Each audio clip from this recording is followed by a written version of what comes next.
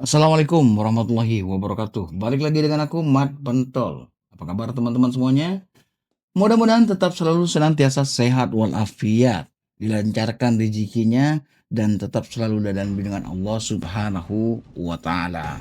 Masih dengan berita terkini, yaitu tentang pembunuhan Vina dan Eki, di mana setelah Peggy bebas dari penjara, maka beliau, para pengacara dan juga polisi tetap akan mengusut siapa pembunuh dari Eki dan Vina. Dan tentunya mungkin dari mereka bertanya-tanya, kira-kira siapa sih otak pembunuhnya sebenarnya? Tentu saja seluruh netizen Indonesia akan tetap untuk mengusut dan mencari informasi siapa pelaku daripada pembunuhan Vina dan Eki. Contohnya seperti video ini, di mana di sini diperlihatkan daripada profil dari Eki Peggy. Kalian tahu siapa kan Eki Peggy itu? Nah, di sini dia tinggal di Cianjur dari Cirebon. Kalau melihat dari ini, kita lihat bahwa saja sebetulnya si Eki Peggy ini adalah asli daripada orang Cirebon. Mungkin demi menghindari masalah, maka si Eki Peggy ini rela untuk pindah ortu. Bisa jadi demikian. Makanya kakaknya, aktenya, ijazahnya semuanya bikin baru. Tapi kenapa waktu ditanya oleh Kang Deddy Mulyadi apakah pernah ke Cirebon, dia bilang tidak pernah ke Cirebon. Itu aja sudah tidak masuk akal. Bagaimana menurut Anda? Next, lanjutkan video selanjutnya.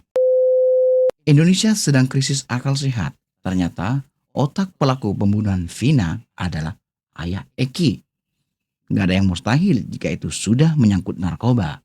Apalagi setelah mengkonsumsinya. Ini alasannya. Baik, terima kasih. Inilah yang perlu kami jelaskan supaya tidak simpang siur nanti pemberitaan di media. Bahwa ketika klien kami ditangkap, sebelum kami ditunjuk sebagai kuasa hukum oleh orang tua daripada almarhum namanya Rudiana, waktu itu dia bertugas di Sat Narkoba Polres Kota Cirebon, itu tidak diserahkan ke unit reskrim, tetapi dibawa ke kantornya dia, ke ruangannya dia di unit narkoba. Maka di sanalah mereka diperlakukan tidak manusiawi, dipukulin dengan berbagai cara, dengan tuduhan-tuduhan seolah-olah mereka melakukan pembunuhan. Dan secara gamblang bisa dilihat di berbagai media ada foto-foto mereka yang sudah babatur, karena mereka tidak tahan siksaan yang dilakukan oleh kepolisian Resort Cirebon Kota. Akhirnya mereka pasrah dengan kondisi apapun, asalkan mereka tidak disiksa lagi. Itu kira-kira awal daripada sejarahnya.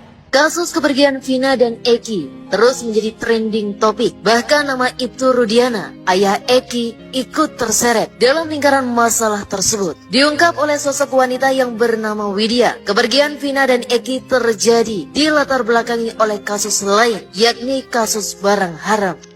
Mudah-mudahan si gendut itu ya, seorang oknum polisi itu ya bisa membuka suara.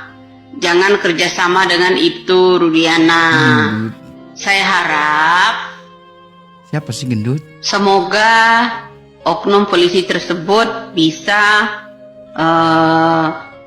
membuka kejujuran. Jangan melindungi walaupun keponakan atau masih saudaranya, ya kan? Banyak hal yang janggal ketika ditanya wartawan, ya kan? Seperti itu kan? Kasus ini makin mencuat, tapi kok Kapolri juga nggak unjuk taring tentang penanganan ini yang serius, dan perintah Bapak Jokowi untuk Kapolri juga nggak kenceng, ya kan? Ada apa sebenarnya, gitu, ya? Termasuk presiden kita jadi kendor. Pengacara yang kemarin benar-benar katanya mau lapor jangan menghalangi itu, tapi kok sekarang kendor. Tadinya garang, kok sekarang kendor gitu. Ada apa ini semua?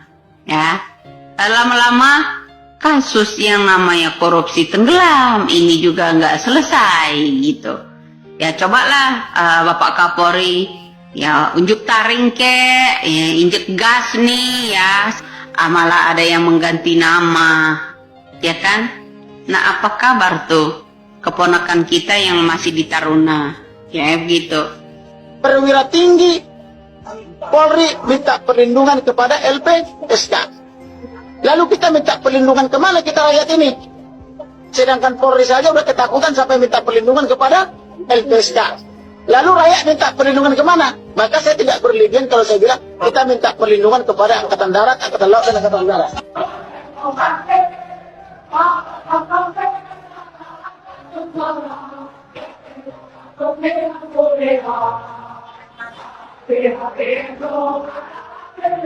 Di sisi lain, Polres Cirebon Kota terpantau menerima kedatangan pejabat Propam Polri yang didampingi Polda Jabar. Di tengah pengusutan kasus kepergian Vina dan Eki 2016 silam, beredar informasi bahwa ayah almarhum Eki, Ibtu Rudiana, tengah diperiksa di Polres Cirebon Kota pada hari Kamis 6 Juni 2024.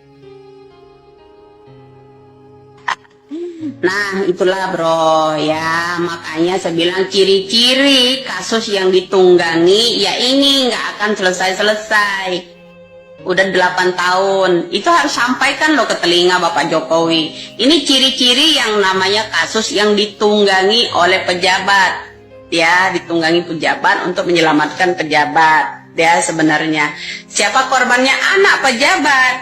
Agar kenapa seorang yang menangani kasus tersebut ya terkecoh dengan kasus tindihan beramai-ramai, ya kan? Padahal orang tersebut selalu dekat dengan anak-anak para pejabat itu, termasuk dengan geng motor, ya kan? Selalu ada selfie-nya orang tersebut. Kita bukan mengada-ngada, ya. Jadi masih ingat ya, semuanya ya masih ingat lah ya seorang kombes yang namanya Purwanti pada waktu itu ya, bandar narkib tersebut. Nah itu bro ya, jadi makanya saya bilang jangan terkecoh kalian, terkecohlah dengan suap menyuapnya ya. Inti dari semua itu hari ini saya beranikan diri ya berbicara. Kenapa ya kita ya rilis kembali soal dulu ada bandar yang namanya Corby di zamannya SBY, lolos pulang ke Australia, tidak dikenakan hukuman apa-apa di negara, ya kan? Nah seharusnya is dead kan? Nah itu bro, itu salah satunya di zaman SBY berkembang biaknya bandar-bandar ini ya, sampai sekarang udah mendaging, udah keenakan, ya kan? Nah kedua yaitu yang namanya itu Rudiana bapaknya Eki ya mengetahui ini kasus bandar ini ya, maka anaknya lah jadi sasaran. Kenapa beliau juga minta kasus itu ditutup? Sebenarnya memang nggak ada kaitan karena anak-anak geng motor itu dibayar ya kan, tapi kunci salah satunya orang yang menangkap Peggy Setiawan palsu kemarin, salah satunya yang berjenggot itu orang suruhan ya, orang suruhan itu dijamin kalau saya ya, itu orang suruhan ya, orang suruhan yang membayar geng-geng itu. Dan makanya matanya Vina ditutup, kenapa? Agar tidak mengetahui orang tersebut ya kan.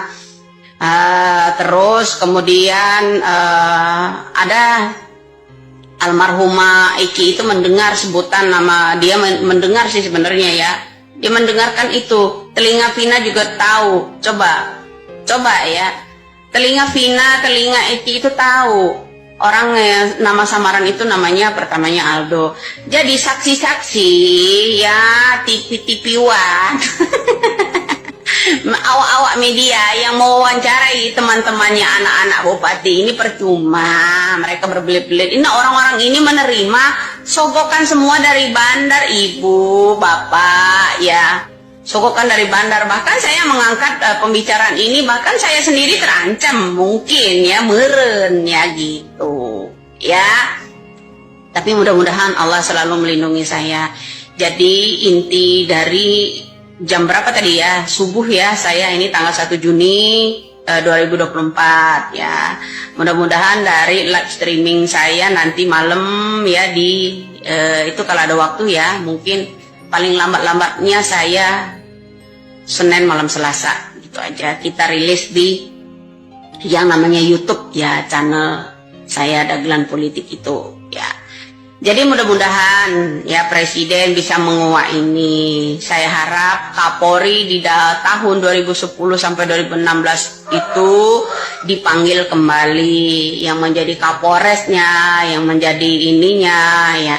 Memang betul di geng motor itu hanya anak-anak tongkrongan, kan dengar nggak itu kata Vinah itu ya kan, anak-anak tongkrongan bukan geng motor ya, nongkrong bareng-bareng, hanya sekedar nongkrong.